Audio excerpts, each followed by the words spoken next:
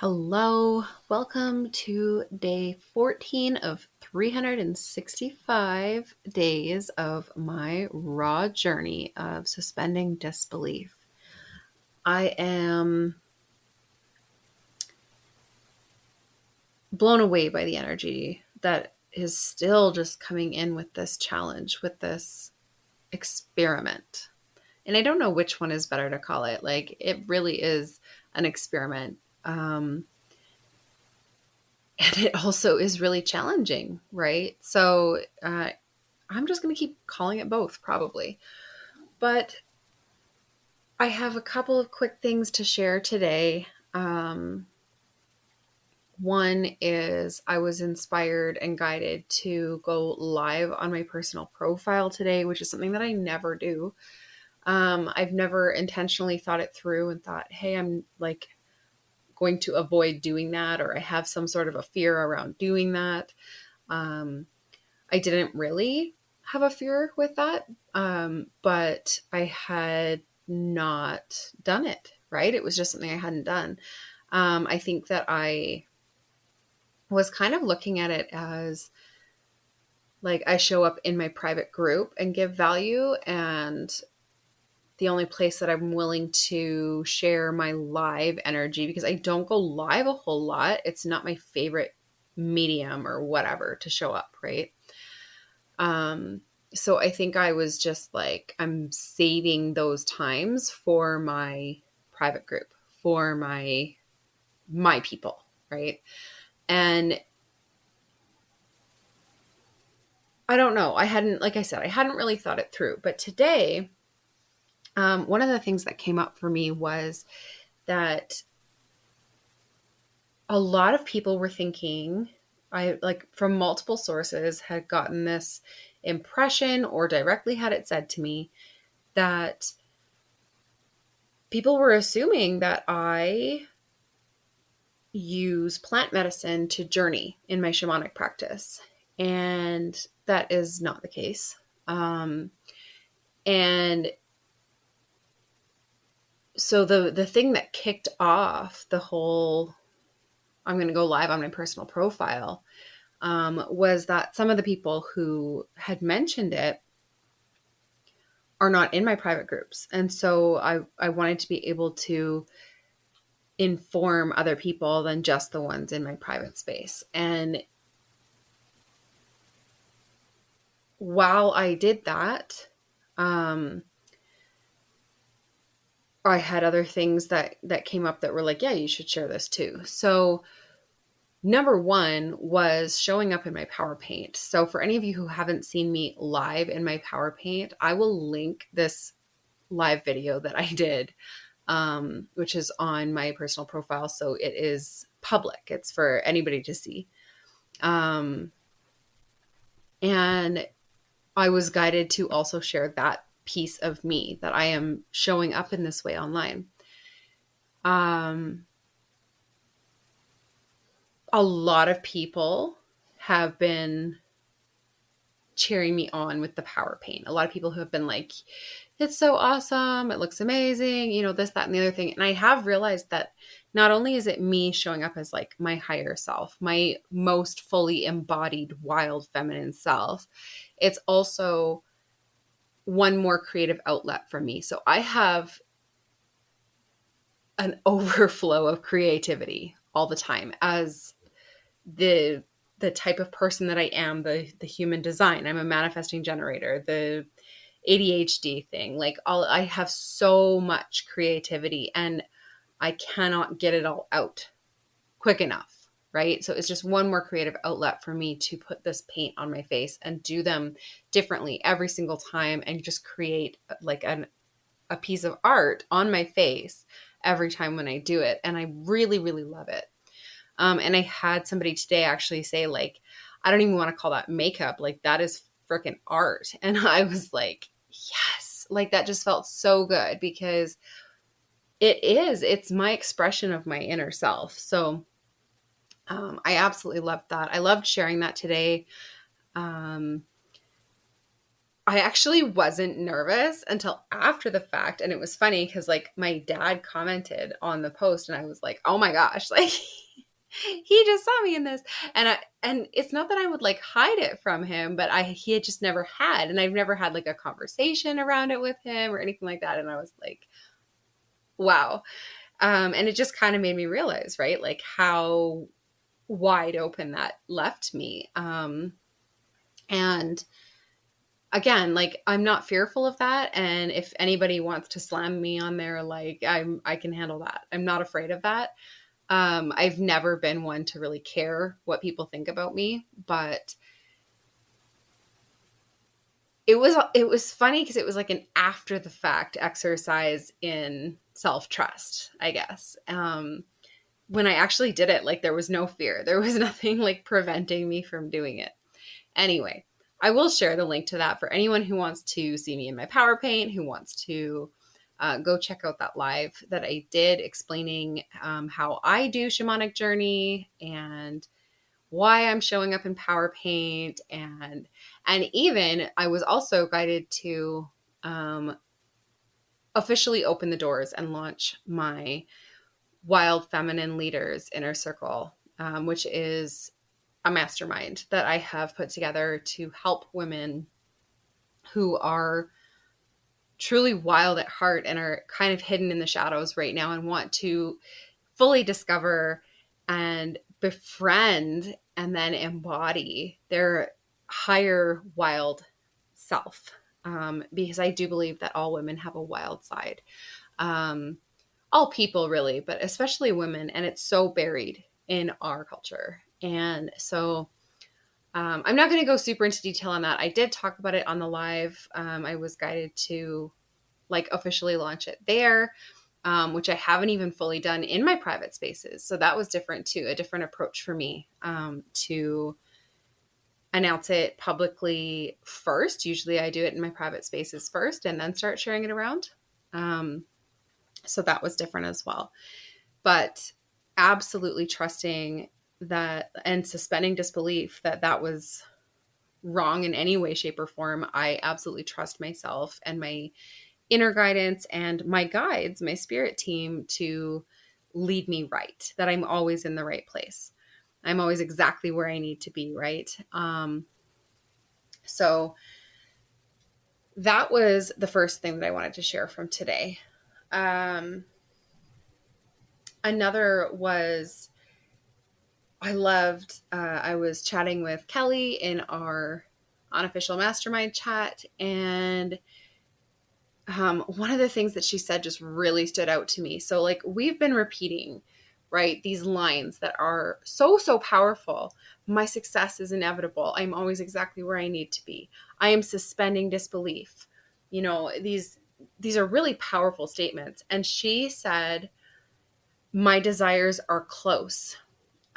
Because she was talking about how like the universe would not put this in front of me if my desires were not coming. Like they're on the way. My desires are close. And I just thought, wow, that is a really, really powerful sentence also. So I am adding that to my daily repertoire of my success is inevitable and I am always exactly where I'm supposed to be.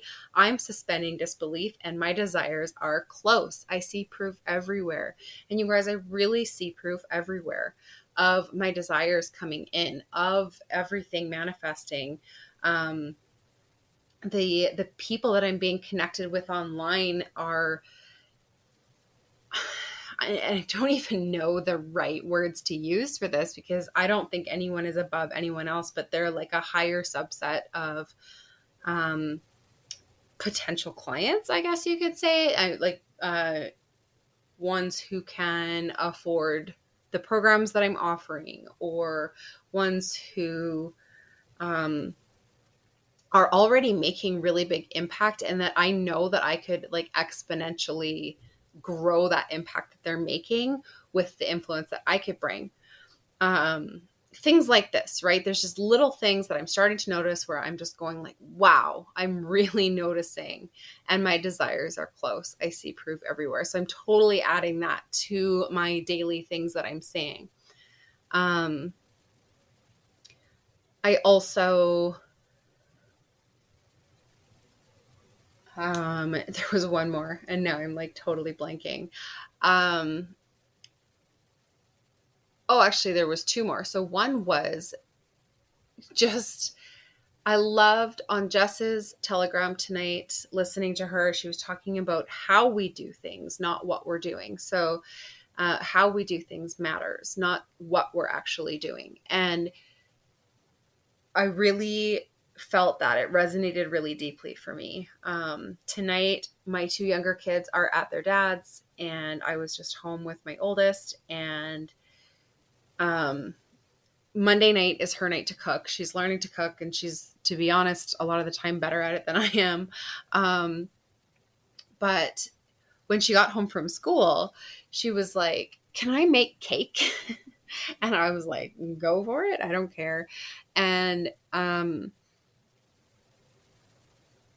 she was like, "Yeah, I don't really feel like doing it right now." And I was like, "Well, if you wait too much longer, it'll be supper time." And I was like kind of half jokingly said, "We could just eat cake for supper." And, her face lit up. And I was like, yeah, I mean, why not? And I mean, we all know why not. That's totally unhealthy. It's not, it's not a good choice. It's not what a parent should do when teaching their child. Let me tell you, this kid eats so well. Like, she's my best eater. She will eat anything healthy, just about. And has never been an issue in that way. But she's also 13, and she's, hormonal, and chocolate is life at this point in her life, and like having cake for supper was like, oh my gosh, my life is the best kind of a look on her face. And I was like, you know what? Screw it. Okay, let's have cake for supper. So you guys, we literally had cake for supper. And I ate a carrot, like just a whole carrot. I just peeled it and ate it right before, because I was like, I'm going to need some nutrients. Cake is not going to suffice. So I ate a carrot. And then she made she took cake batter and made cake muffins. And we split it. We each had 6 of them, like totally pigged out. And then she was like, "Can I make the other cake that we have?" And I was like, "You know what? Go for it." And it was lemon cake. And you guys, I freaking love lemon cake. Anyways, she made this lemon cake. But in the meantime, while she was waiting for it to cook, she was like, "I'm hungry." And I'm like, "Well, yeah, because, we haven't eaten any nutrients." And I was like, "Eat a tomato." And I was kind of joking, but she was like, "Oh, yeah, I want a tomato." And so she just ate a tomato. And then when she went to eat the lemon cake after, she was like, "I'm not really in the mood for this. Like, it's not really hitting the spot." And I'm like, "Yeah, because you just had some nutrients." And she and I both just burst out laughing, because I'm always telling her, even though she is, like I said, she's like my best eater, she is in a phase of life where she wants junk food more, and it's totally understandable. And I'm always telling her, like, no, you can't just take that junk for lunch. Like, you need to bring something that has nutrition in it. You need to have like brain food when you're going to school, and all of these things, right? I'm always spouting the mom stuff.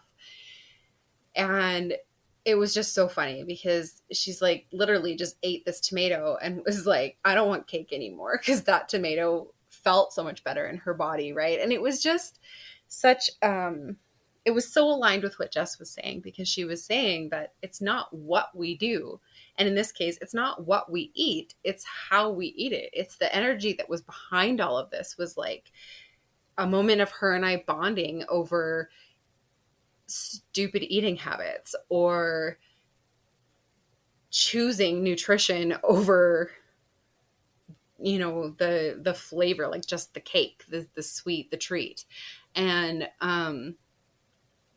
the fact that I wasn't forcing the nutrition on her, and I was like, whatever, eat cake, I don't care. Like, we're not going to die from having one crappy meal for dinner. And and then she ended up choosing the healthy thing and being like, yeah, this is not what I need right now. And it was a great, actually, parenting lesson in the end, because she ended up realizing that she did want the nutrients. versus the treats.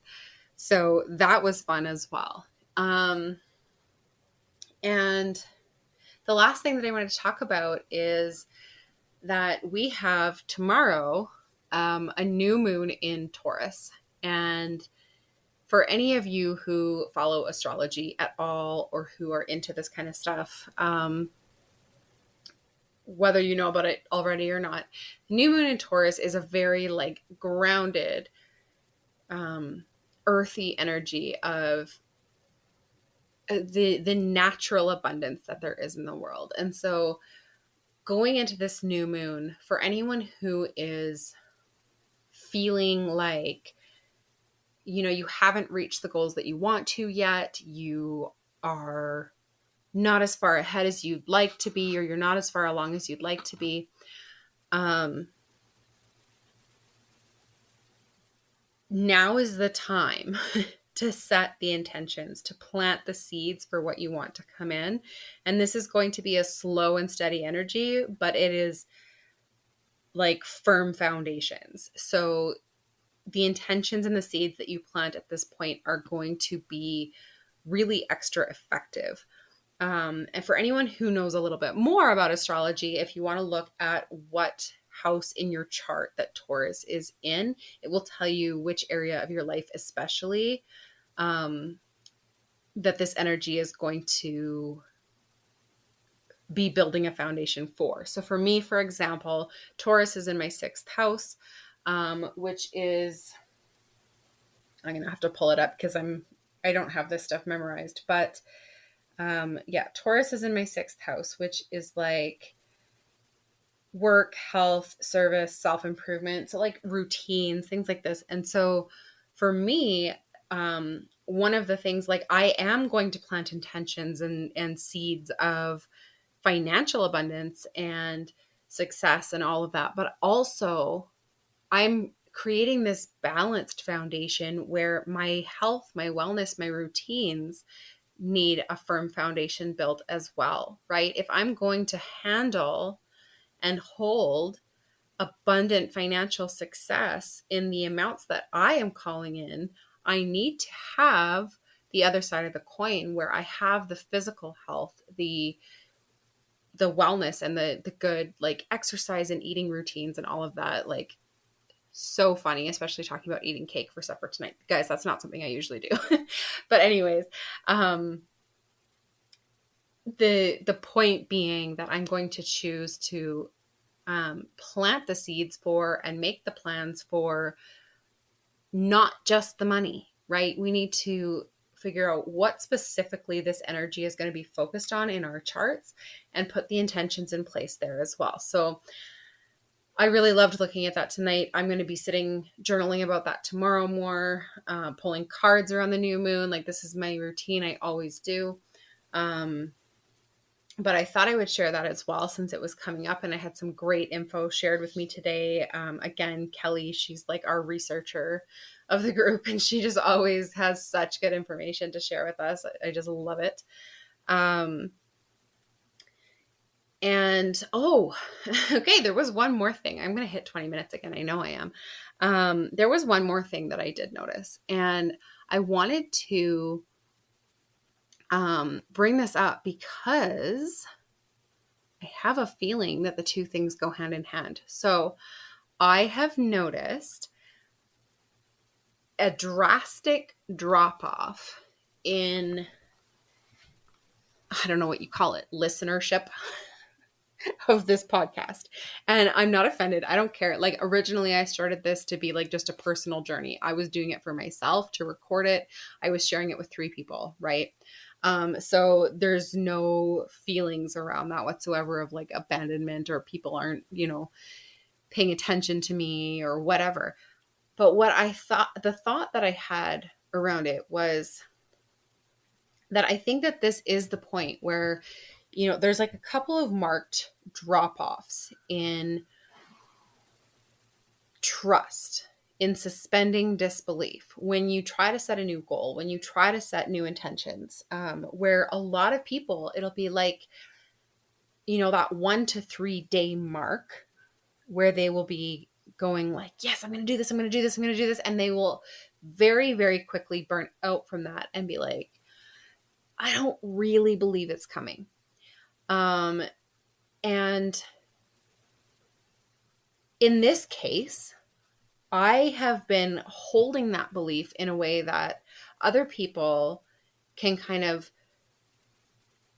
glide along on my coattails per se. So like they could literally just listen to me and glide along on my belief instead of on their own. And what I'm noticing is, okay, so today is day 13, 14, right? I'm losing track, and I said it at the beginning and then I forgot it immediately. Today's day 14. So that's 2 whole weeks. And I noticed a drop off after day 10. So, and I kind of thought it was the weekend, and it still very well could be, right? I'm not saying that it won't pick back up again or anything like that. But what I am thinking is the corresponding relationship to to the listenership is people set their intentions alongside mine. They decided they were going to suspend disbelief alongside me, do this experiment with me, challenge themselves with me. And they held on to that belief for about 10 days, and then it dropped off. So they may not have completely given up yet, but they're not as actively engaged, right? They're not as actively on it. So here's what I want to point out with this. It's not like, again, this is not like a guilt trip. Oh, not enough people are listening, or, people have stopped listening. I really don't care if you listen, if you don't listen. That's fine.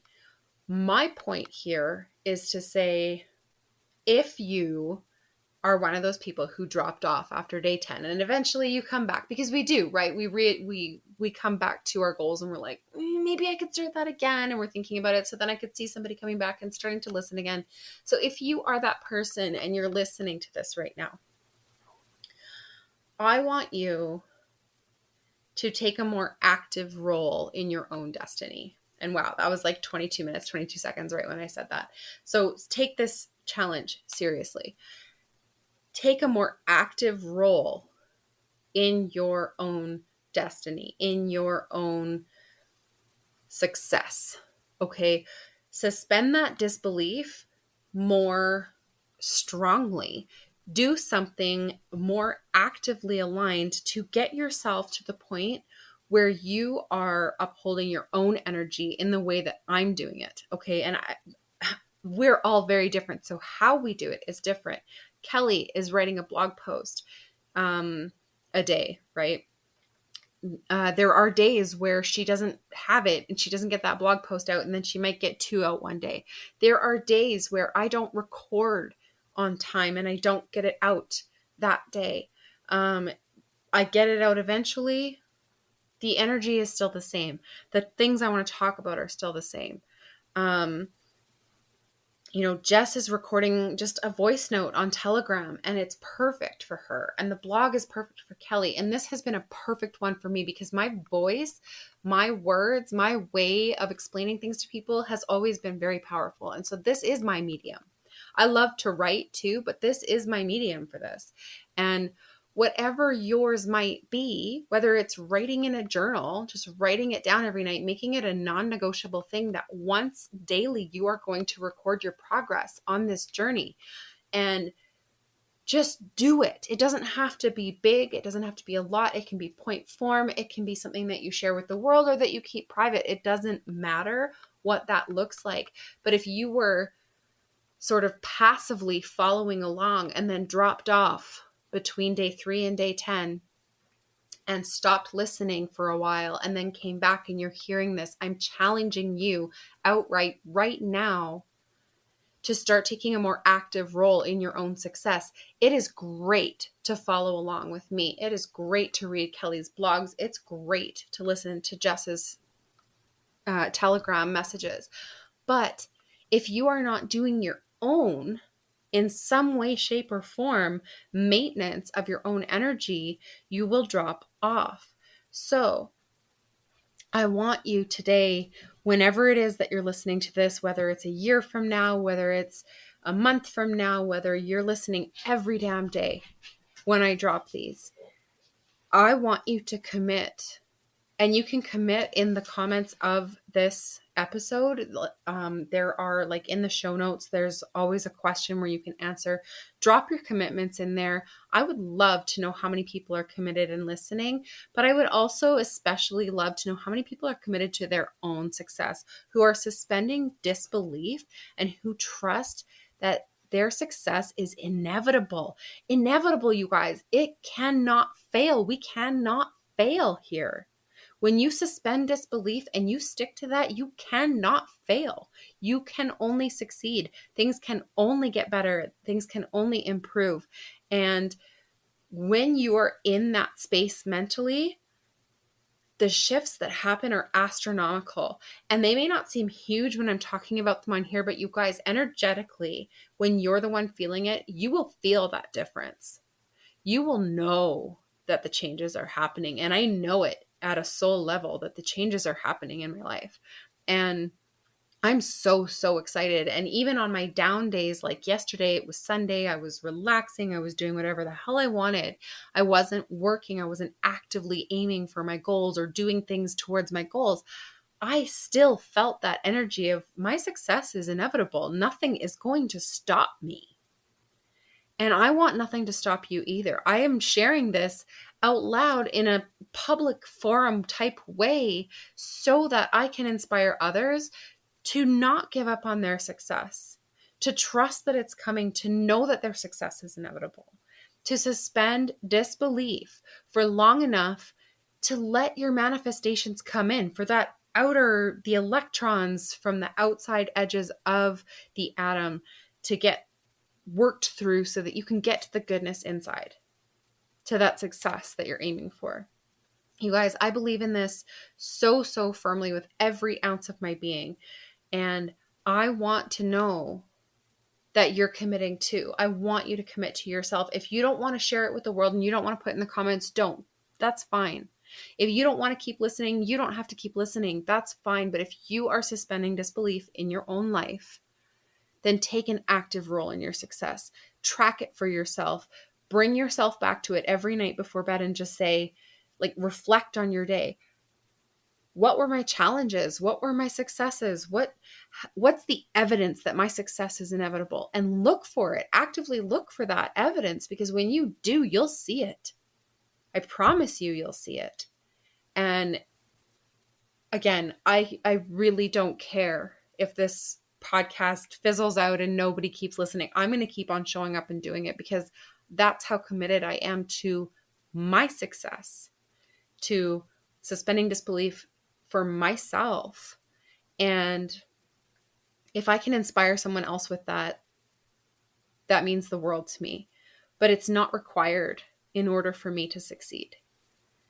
So you guys, I really hope that this helped to inspire you in some way, shape, or form today. I would love to know if it did. I am always open on social media, especially Facebook, to chat about it, to talk about it, share your wins, you guys, celebrate them, be grateful for the things that you have, all of these things that we are all told all the time, but do them. If you don't actually do them, they don't work. Okay. If you don't suspend disbelief fully for a year, then you're not going to have those massive growth wins that come from suspending disbelief fully for a year. So I really invite you, I really challenge you to step up for your own success and, be in the room, whether that's listening to me, reading Kelly's blog, listening to Jess, or sharing your own journey in some way, shape, or form on social media, on a podcast, on YouTube, whatever it is that looks like for you, do it. Do it, because it's your life and you get to choose. So I'm going to leave you with that today. I'm at like the 30-minute mark now. Sorry for going long, but when I noticed that today, I was like, oh man, there's the people falling off. So anyways, I love you guys. Whether you've given up or not, whether you're suspending disbelief with me or not, I love you. I believe in you. And just remember, our success is inevitable. We are always in the right place at the right time. I will talk to you all tomorrow.